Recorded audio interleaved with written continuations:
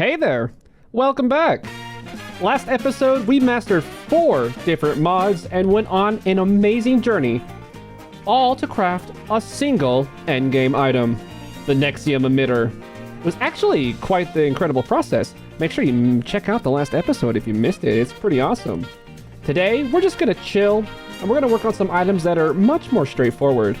Specifically, we're gonna start with all the items that require Botania. Botania is one of my all-time favorite mods, though we don't really have to do a lot with it through this playthrough to get the ATM star, but I am still excited to jump in and do some magic. I want to make some flowers. It's going to be fun. If you're excited to see some magic, make sure to hit that like button. Helps me out a lot. And if you want to see more content just like this, make sure to hit that subscribe button. Supports the channel. It makes you a real cool person. So to get started with Botania, we're going to need some space for the flowers and the spreaders and the magic and the portals and the whatnot. And we don't really got no space. So I'm thinking right over here. I think that'll be a great spot. That should do nicely. So when I say we don't have to do that much Botania, I really meant it, but I think this is a good opportunity to do a little bit of a mini Botania tutorial. So any of you who don't know how to do Botania will have an idea how to get started and do enough to at least get the star in this pack. I know that a lot of mods have a lot of books and some of them aren't so good, but the book for Botania is actually pretty good. So if you actually have any questions about Botania or how the items work, make sure to check the Lexica Botanica. It is actually quite nice. So there's a few important bits about Botania. It's made up of a few key components. Mana, which is like magical energy that you can use to power stuff. Generating flowers, which will actually produce the mana for you under certain circumstances. There's a lot more of them that we haven't unlocked yet in the book here, but we'll get there. And then there's the functional flowers, which will do things like suck up items, mute monsters, damage monsters, all kinds of stuff. Honestly, you can do a lot with these. Then there's a few little knickknacks. There's some blocks that do all kinds of fancy things. And then there's actually some really good equipment, most of which is not visible right now. But Botania has some great gear. We don't really need much of it in this pack, but in general, it is quite powerful. To get started, we need some of this petal apothecary stuff. Well, actually, to get started, we need some petals. But we actually learned how to make petals in an earlier episode, so make sure you go check that out. Let's start by putting down a water source and this petal apothecary. And we'll put some water in. This thing is what you use to make all the flowers in Botania. And to get started, we're going to need some flowers. First thing we're going to need is this flower called Pure Daisy. It allows us to transform certain materials into other ones. Specifically, the important ones are this: stone into living rock, and this one. It's any log into living wood log. These are 2 materials that we need for crafting Botania items. So we're just going to toss the materials in. The Pure Daisy takes 4 of the white petals. You can see them floating in the center there. And then once the recipe's done, you can see it shows what flower it's going to make. Just toss in the seeds. Pretty sure any seeds work, actually, not just meloners, wheat seeds, but any of them. And here we go. We got a Pure Daisy. Perfect. I'll make 2 just to speed things up. I'm just going to go replace a couple of these blocks with dirt. Jeez, this pick is so fast. I forgot. Plant them down. Here we go. So now the Pure Daisy will transform objects that are around it in the same Y level. So these 8 blocks here, if we place something on them, they'll start to transform. So if I take this stone, I can place it here. And we should start to see some particles. Oh wait, I have the particles turned off. All right, here we go. Particles. We have these little white particles. You can tell it's working. We'll do the same with these logs here. Any logs work. And if we wait a minute, they'll transform. So I think we can do this. Let's see. Speed it up. Results inconclusive. I guess we'll just wait a minute, then we'll see it happen. Oh, there it is. Actually, I think that was faster. I just don't know how much faster. Really don't know how fast this acceleration wand is. But hey, it's working. And there we go. Living rock and living wood. Probably gonna need a bunch more of this, but this will get us started. So we're gonna use the living rock to make a mana pool, which is where you can store some mana. Yeah, let's make 2, why not? And we can use the living wood logs to make what's called the mana spreader, which can deliver mana for us. Let's make 2 of those as well, why not? Now we're all ready to start making mana, except for one part. We actually decided to make the mana for us. So to start off, you have 2 flowers to choose between: the Endoflame and the Hydrogenous. They both will produce mana, and they're both really early game. This one, the Hydrogenous, hydroangias. Anyway, you put it in water and it'll like use up the water to produce mana. The only problem is that they are, well, they're temporary. They burn out. So you have to replace them every once in a while, which isn't the worst, but they're kind of annoying for that reason. So instead, we're going to go for Endoflame. The Endoflame is a flower that you can toss some furnace fuel on it, and it'll just eat it up and produce mana. Oh, and I almost forgot. We need to make the wand. Wand of the Forest. This is like a wrench, but for Botania.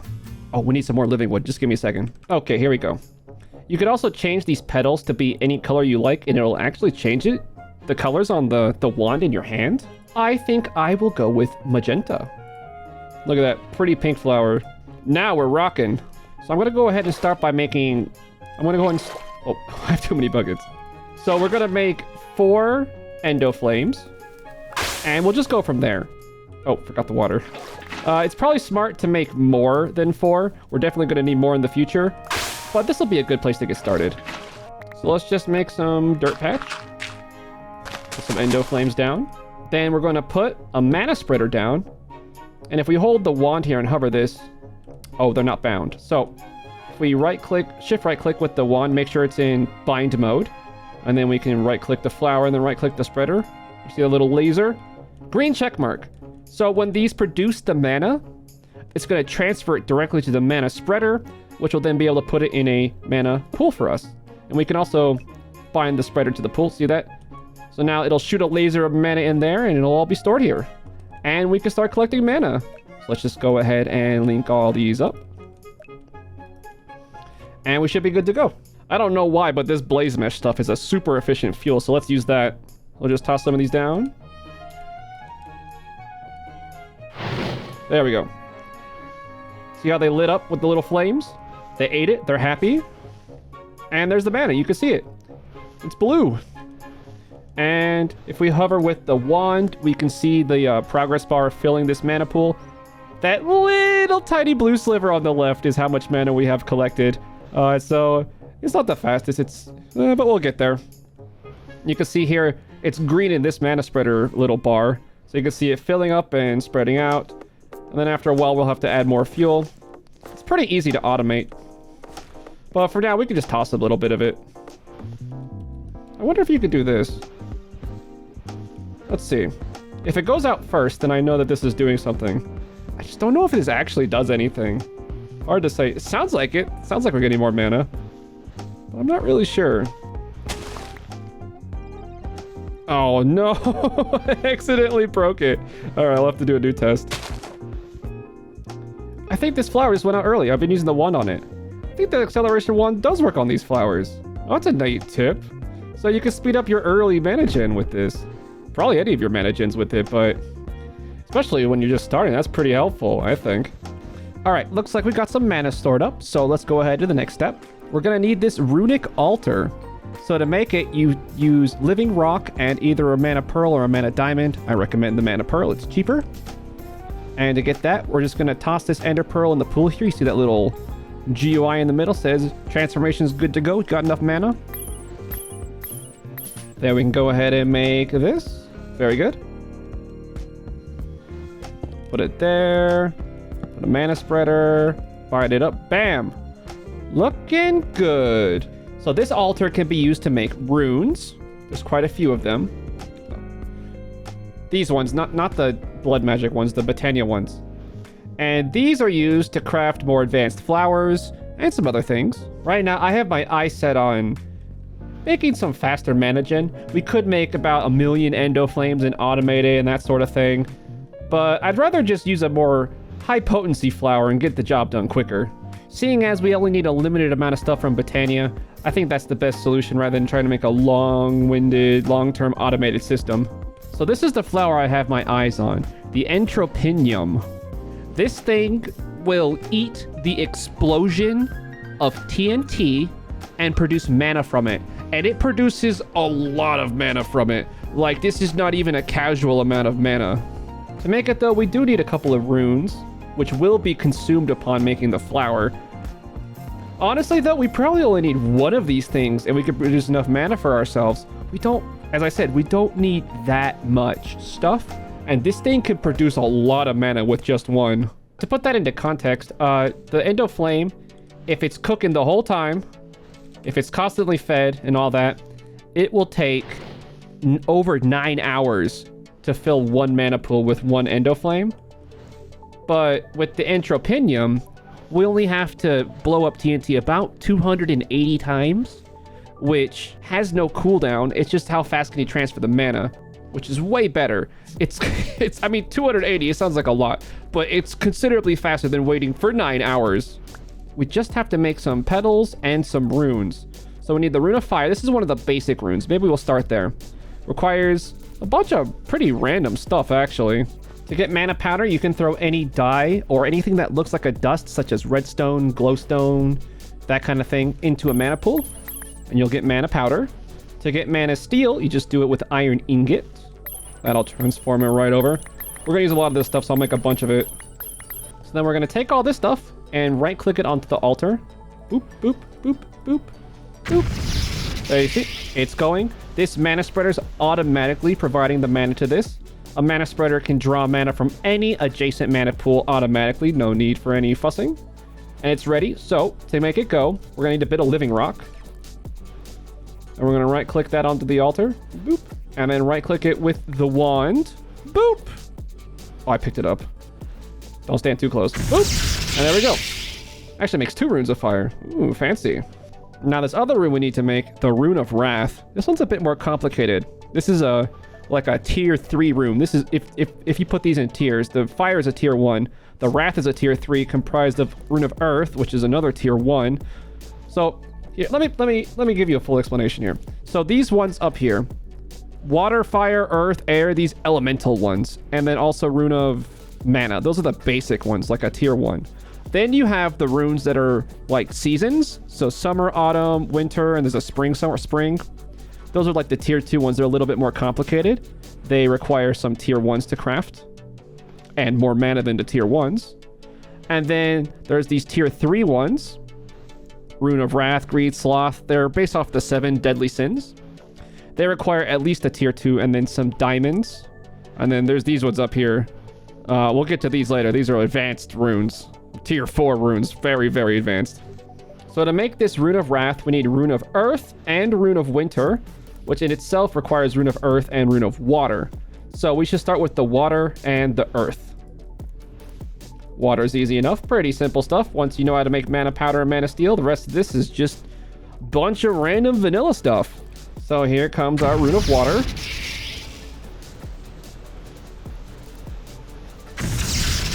Easy. Next up, Rune of Earth. Again, these basic runes are super easy. Just some vanilla stuff and some really basic Botania resources. Nothing to them. And there we go. Rune of Earth. Now we're going to combine this Rune of Earth with the Rune of Water. And that'll make the Rune of Winter along with some other stuff. Now, one thing that's really handy and nice is that if you craft a rune and it uses other runes as part of the materials, like the recipe, these runes, these little minor ones, they won't be consumed. So you can use them to make the higher tier one as much as you want. Never lose them. The difference is if you use a rune to craft a flower in the apothecary, then you will use the rune. So just be careful. I don't have snow. Where do I get snow? Twilight Forest, maybe? I think you need a Silk Touch shovel for snow. I don't think a pickaxe will work. Go ahead and enchant that up. All right, let's go get some snow. Looks like there's lots of snow over here. Let's just go grab it. Looks like plenty.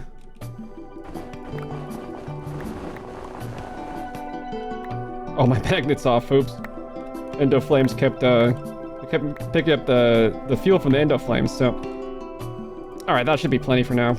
All right, so let's make a little Rune of Winter. Oh, it's not supposed to be spring, it's supposed to be wool, whoops. All right, take 2, this time for real. Huh? Oh, I put the wrong items. Imagine reading, could not be me.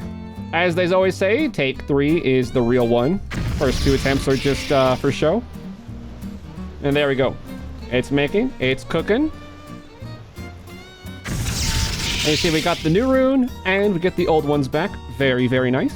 If you've been paying attention this far into the tutorial, you'll probably know how to make mana diamonds. 2 ingredients, mana and diamonds. Pretty simple if you ask me. There we go. Oh jeez, I have to throttle up. And we can use those to make our Rune of Wrath. Very cool. As you can see, it takes a lot longer to cook these up because it takes even more mana than the tier 2s, which take more mana. So it's just a progressive thing. There we go. The Rune of Wrath. So let's see, we need Wrath, Fire, 2 reds, 2 grays, and 2 whites. We'll just go ahead and cook that up right now. Boop, boop, boop, boop, boop, boop, boop, boop, boop. There we go. And there's our very dangerous, very fancy flower. Let's just cook up a few stacks of TNT. I guess we can use up this little space here for our setup. It'll be a pretty small setup. Nothing too fancy. So we're gonna use a vanilla dispenser to place the TNT for us. And then we're gonna hook it up to a little clock. And that'll be that. Actually, I think before we hook up the clock, we should do a test to see how long or how slow we need the clock to be, because the way this flower works is it will eat TNT as fast as you want it to, but if there's even one bit of mana left in its buffer, it will not eat the TNT. It has to be fully hungry. So it all depends on how fast you can get the mana out of there using the mana spreaders and this and that. There's different tiers of mana spreaders, and there's other ways to speed up the mana spreaders, which we'll get into soon. So we should just do a little bit of a test first. So put the flower here, TNT in here. We'll have a mana spreader with the mana pool. Make sure everything's nice and bound up. Okay. And watch this magic happen. TNT is produced. Poof. Eaten by the flower. No damage. Nothing gets blown up. No damage to mobs. Nothing. And there we go. Bunch of mana. That was actually pretty fast. I thought it would take longer to empty it. Okay. Alright, so I have a little clock set up here. This is the pulse repeater from the create mod. It's like a regular redstone repeater, except instead of these little doodads, you just set an exact time that you want. So this says 5 seconds I have it set to. Hopefully slow enough. And then also it always gives out a 1-tick pulse as opposed to a whatever the thing says tick pulse. It's very useful for like clocks and that sort of thing. So if I hit this button, we should have a little 5-second clock, which should dispense the TNT once every 5 seconds, which will then start filling our mana up. You can see the clock blowing up slowly. Oh, that's perfect. Although, a little bit too close for my comfort, so I think I'm gonna... Alright, I remade this system, this time with a 10-second clock. Hopefully this is better.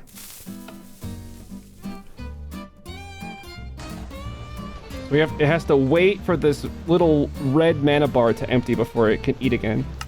Okay, that's more like it. I'm gonna slow it down even further though. Say 15 seconds.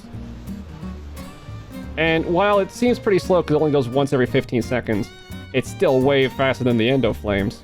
However, there are ways to speed up a mana spreader. Like I alluded to earlier, we can use mana lenses. There's all these different lenses that come in all different shapes, sizes, colors, and who knows what. And they all do different things. You apply them to a mana spreader, and it will change the properties of that mana spreader. So some of the really good ones for this situation are Velocity Lens, which allows it to send mana faster, and Potency Lens, which allows it to send more mana at once. So to make a lens, you start with the base lens, which just requires a bit of mana steel. And then each of them, you combine them with various ingredients, usually a rune. So for velocity, we need Rune of Air. And for potency, we need Rune of Fire. Let's go ahead and make that Rune of Air right now. String, feather, carpet, easy. There we go, Rune of Air. So you can go ahead and just combine these up. Let's see, velocity and potency. And then, even more powerfully, if we take a little bit of slime and combine these like such, like a so. Does it not work in here? Alright, it works on a regular crafting table. Yeah, it just doesn't work in QIO for some reason, weird. But here you go, see. Composite mana lens, potency, velocity. Cool. So this combines the abilities of both of those lenses into one super lens. Let's make it magenta because it's cute that way.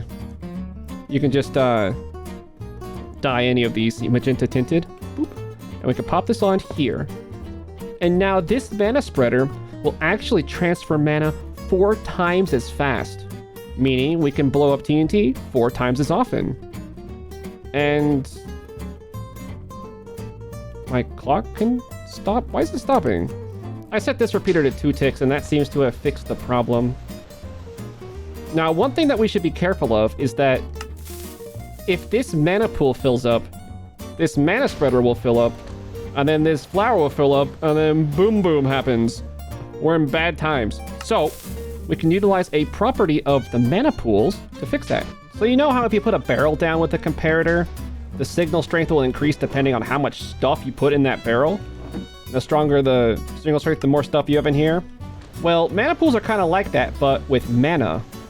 So the more mana that's in this mana pool, the bigger the signal strength will be, and you can use that to turn off your systems, like lock the redstone, when you don't want it anymore.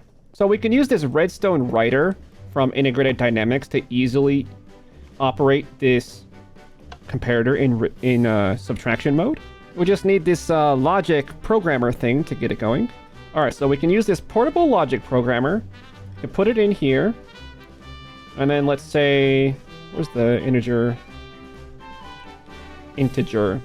We're going to set this to, say, 10. That way it'll turn off with plenty of headroom left over. And then we can pop it right in here into the redstone slot. Green check mark means go. You need to put this little plus sign in. Make sure it's doing strong redstone signal. For some reason, it only works like that. Cool. Then we can bring this line over to lock our clock. And that should do it. We can simulate that working by this little lever here. Because the dispenser is receiving a continuous signal, it'll just stop dispensing. And then when it's off, the pulse spreader should go... Ooh. Oh, I thought it was something way smarter. We could put these redstone links from the crate mod. Like here and like a here. And if we put this one into receive mode by shift right clicking, whenever this sends a signal, it'll just be picked up by this link sent wireless serially here, and it will lock the dispenser in the on position. So it'll stop dispensing. That should fix the problem. All right, dispenser is full, back up on TNT. And we should have a system that produces lots of mana very quickly using the TNT. And once it gets too full, it should lock the system, preventing it from blowing itself up. As you can see, we almost have half a mana pool already. Compare that to the endo flames, which I forgot to feed, which have just a little sliver. This is chugging. It is so much faster than those stupid endo flames. And the system is not that expensive, all things considered, given how much stuff we can generate in this mod pack. Much better than waiting on those stupid things. This is actually probably half of the mana that we need in total, actually. So we've made all this Botania stuff, but I haven't actually gone over what we really need Botania for as far as, you know, crafting the ATM star or whatever. So in the ATM star recipe, there's these 2 runes. The rune of Muspelheim and the rune of Nidavellir. These are some of those super advanced runes I was talking about. Not too bad. You make them like you do any other rune, they're just going to take quite a bit of mana. The other thing we need is, I believe, in this dragon soul here, it requires these dragon stones, which are made by this elven trade portal thing. So we're going to have to get this going, and then we can basically just finish up with Botania, just like that. The only catch is that this thing requires a material called Terrasteel to make the portal. And Terrasteel is not terribly difficult to make, but it does require quite a bit of mana. It actually uses half of a mana pool to make 1 ingot, but actually I think only half an ingot, 1 ingot of Terrasteel I believe is all we need. And then we can get on with our day. All right, let's set up this Terrasteel. We're going to need a 3x3 area. And you're going to put lapis like this, lapis blocks, in like a plus sign. And then you put the living rock, just like so. And the agglomeration plate right in the center. And it's ready to go. Except for one little caveat. It needs mana, but this thing won't use a mana spreader. You can't like mana spreader into it. You have to send the mana using an alternative method. We need this item, the spark. Well, to be accurate, we need multiple sparks. So we're going to put one on this mana pool of this system that locked itself like it's supposed to. I'm going to put one right here on the plate by just right clicking. So now they're linked up as long as they're in range. I don't know if you can, yeah, right click, you can see they're linked up. And so now when this needs mana, it'll pull it from any linked mana pools. All right, I got our materials here. Oh God, stupid magnet. So we can make some Terra Steel. So you put them on the plate with right click. You can see it pulling the mana, spark to spark, and it's going. And it's just going to transfer lots and lots of mana. Half a mana pool's worth, and when it's done, it'll just magically transform. The more sparks and mana pools you have, the faster it goes, so this is the minimum possible speed. But hey, we only gotta do this once, and then we'll be there. Oh, wow, that was fast. There we go. Terra Steel. Perfect. Okay, so to make this portal to Alfheim thing, we're gonna need a bunch of stuff. We need, down at the bottom is an Elven Gateway core. On each of the sides here is a glimmering living wood, and then the rest could be filled with whatever you want it to be. Well, that's just the basic portal, so we'll get that going and then we'll turn it on. The gateway here costs Terra Steel, so that's why we needed it. Well, that and a couple other bits. Let's put it right over here. Goodbye stuff. So gateway, logs, some glimmering. Give me that back. I need that. That TNT jump scared me. I thought my stuff was gonna blow up. And there we go. All right, so that's built. So next up, we need to not only power it with mana. Actually, that's it. We just need to power it with mana. We're gonna put 2 mana pools near the portal. And we also need 2 of these Natura pylons, which will consume the rest of our Terra Steel. They use Eyes of Ender and nothing else that's too fancy. Very doable. All right, so just slap these down. Oh, not like that. There we go. They go above the mana pools. And then we have to fill these with at least half a mana pool's worth of mana total. It's not going to use half a mana pool's worth, but it does have to have at least half a mana pool's worth. And you can't just put it in one pool. You have to kind of divide it across both of them. So to move some mana across, we can use this mana tablet. Which, if the pool is set... Okay, do you see below the mana bar how it has a little arrow that says pool points to mana tablet? That means if we toss a mana tablet in, it'll start to absorb the mana. It's like a portable carrier for mana. So we can use it to pick up some mana and then place it in these. And then we can turn the portal on. And everything should be good. If we have the Water the Forest and we switch it into the function mode, you can then right-click, shift-right-click to change the direction of the arrow. So these ones we want it to go from mana tablet to mana pool. The opposite of this. All right, this looks like it's full. So we can just toss it in. And you can see it's starting to fill it up. We'll just approximately do half and half. It doesn't have to be exact. All right, our mana is in place. So all we have left to do is take the wand and right-click on the gateway core. And it should turn green and go woo, woo, woo, woo. And that's our portal, ready to go. First things up, throw your book through it. And I'll give you back this fancy gold version, which has many, many, many more pages unlocked. You look at the index, there's just so much stuff it unlocks. So the way this works is you can toss items into the portal, and it will send you back various other items. So the trade that we care about most right now is the Mana Diamond to Dragonstone conversion, since we need 2 of those for the, what was it? The Dragon Soul. 2 Mana Diamonds. Become 2 Dragonstones, just that easy. Now, why don't we work on those complicated runes we need for the ATM star? It was this one, the Rune of Muspelheim, and the Rune of Nidavellir. So we'll start with this one, the Muspelheim. Takes another Rune of Wrath. Oh, I should have made this before I used the Wrath on the TNT flower. Oh no. And then it uses a fire and a summer. It's all doable. It's just a little bit annoying that I did this in the wrong order. Come to think of it, it'd probably be smart just to make one of every rune ahead of time, in case I want to make anything else ever. So I don't know if it was actually a big deal, but I did go ahead and make all 8 of these basic, well, tier 1 and tier 2 runes. That way I can make anything I want without having to worry too much about it. As long as I don't use them for a flower or something, that is. Alright, so for Muspelheim, we need the Wrath again, which is going to be Earth, Winter, and Double Diamond. Easy. And then we're going to go Wrath, Fire, Summer. So let's see, Wrath, Fire, and Summer. And we're going to combine that with a nether brick and a magma block. Boop, boop, boop, boop, boop. Oh, it's actually faster than I thought. For some reason, I thought this would take even more mana. Perfect.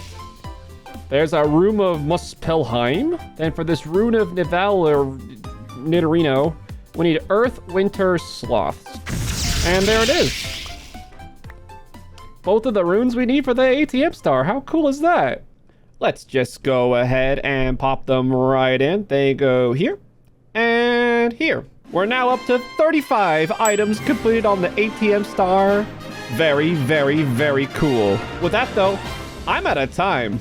This episode has gone way, way, way too long already. Next episode, we'll use these dragon stones and we'll make even more progress. I suspect next episode, we're going to fill many, many, many spaces here on the star. If you liked the video, make sure to like and subscribe. Really helps me out.